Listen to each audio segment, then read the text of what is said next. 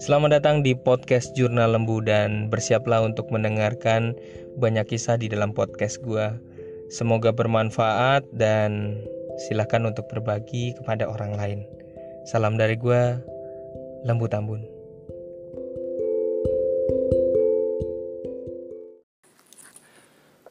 Suatu hari gue bertemu dengan beberapa mahasiswa BINUS online ya di suatu daerah lah di Bekasi. Nah kita memang mau nongki bareng, diskusi bareng ya, namanya juga online terus sekali lah kumpul. Dan ternyata ajakan gue direspon gitu.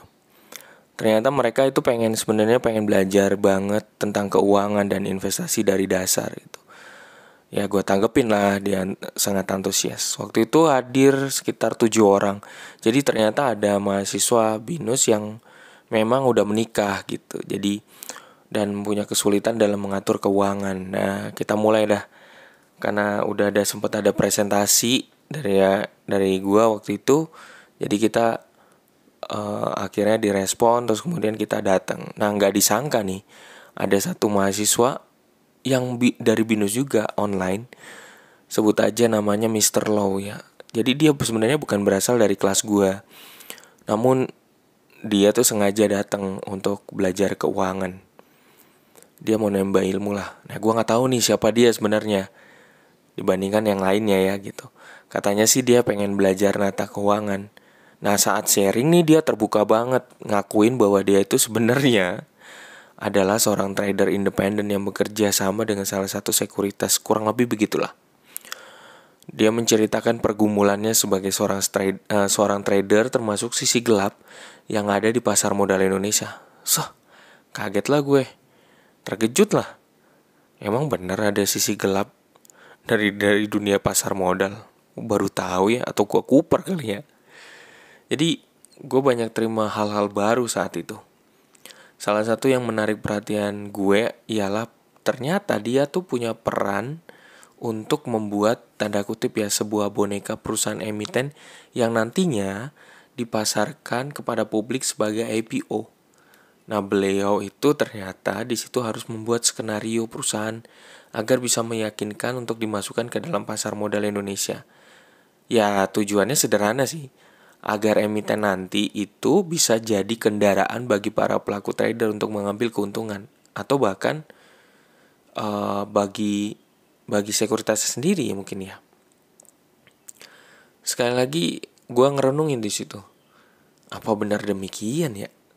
Tapi jika benar demikian, tentunya sih tindakan kayak gini nih bisa membahayakan para investor pemula sih. Kenapa? Karena mereka lah yang potensial menjadi korban emiten bodong lah, tanda kutip bodong, tanpa adanya sebuah analisa yang jelas.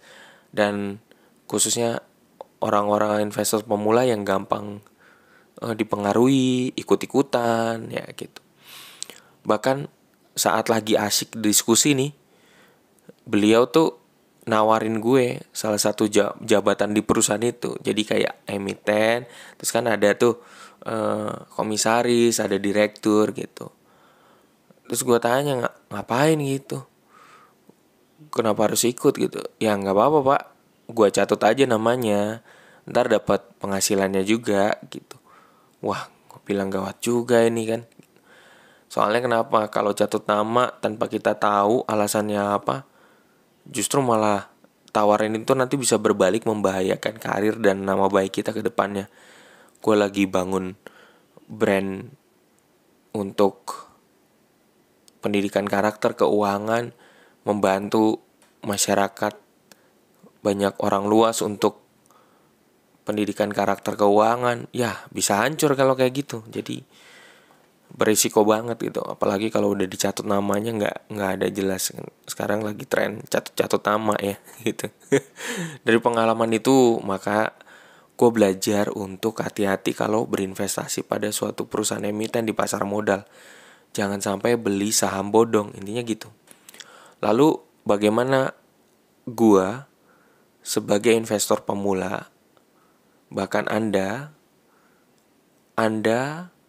saya, dan kita semua sebagai investor pemula memakai cara yang paling sederhana untuk mencari emiten saham yang masih murah dananya terbatas sekitar 100 ribuan ya.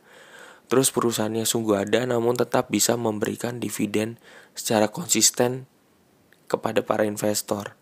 Paling nggak kita nggak milih emiten bodong, dan paling tidak standarnya adalah dia bisa memberikan dividen sebagai penghasilan tambahan buat kita gitu. Udah harganya murah, ada dividennya walaupun dikit tapi konsisten ya gitu.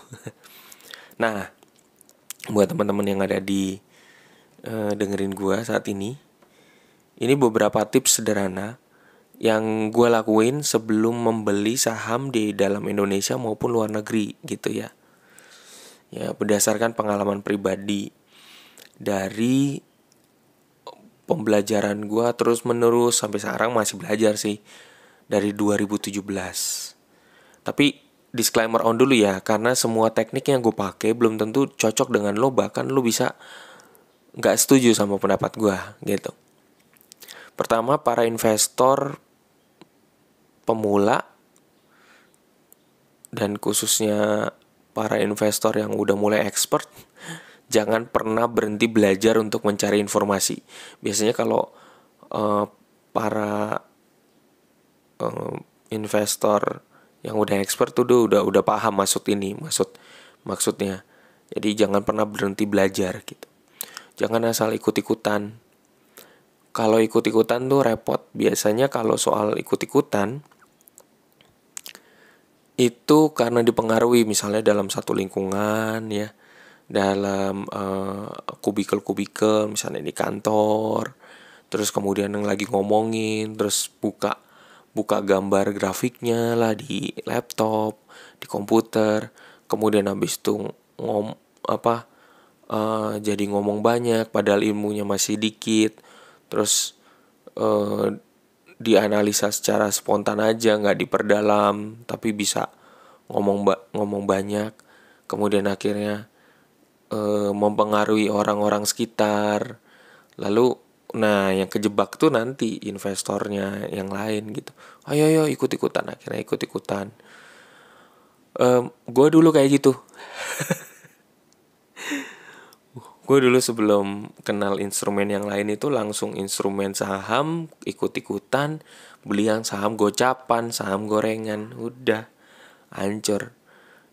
Kalau ingat-ingat lagi itu catatan merahnya mah jelek banget lah. Tapi ya nggak apa-apa lah, gue ikhlasin. Walaupun nggak cuan, gue ikhlasin karena sebagai ya buat pembelajaran ya. Ya makanya bagus kalau semakin kita masih belum gede, paling enggak ya misalnya bagus kalau dari SMP, SD, SMA itu udah mulai belajar tuh tentang investasi. Buat dia juga sekolah nggak ngajarin soal ilmu sekolah doang, pelajaran IPA dan IPS, tetapi ada hal-hal materi-materi yang di luar sekolah yang sebenarnya nanti dia perluin buat menjalani kehidupan mereka tuh. Itu satu. Oke, tips yang berikutnya nanti gue terangin di podcast berikutnya ya. Salam dari gue, Lembut Ambon.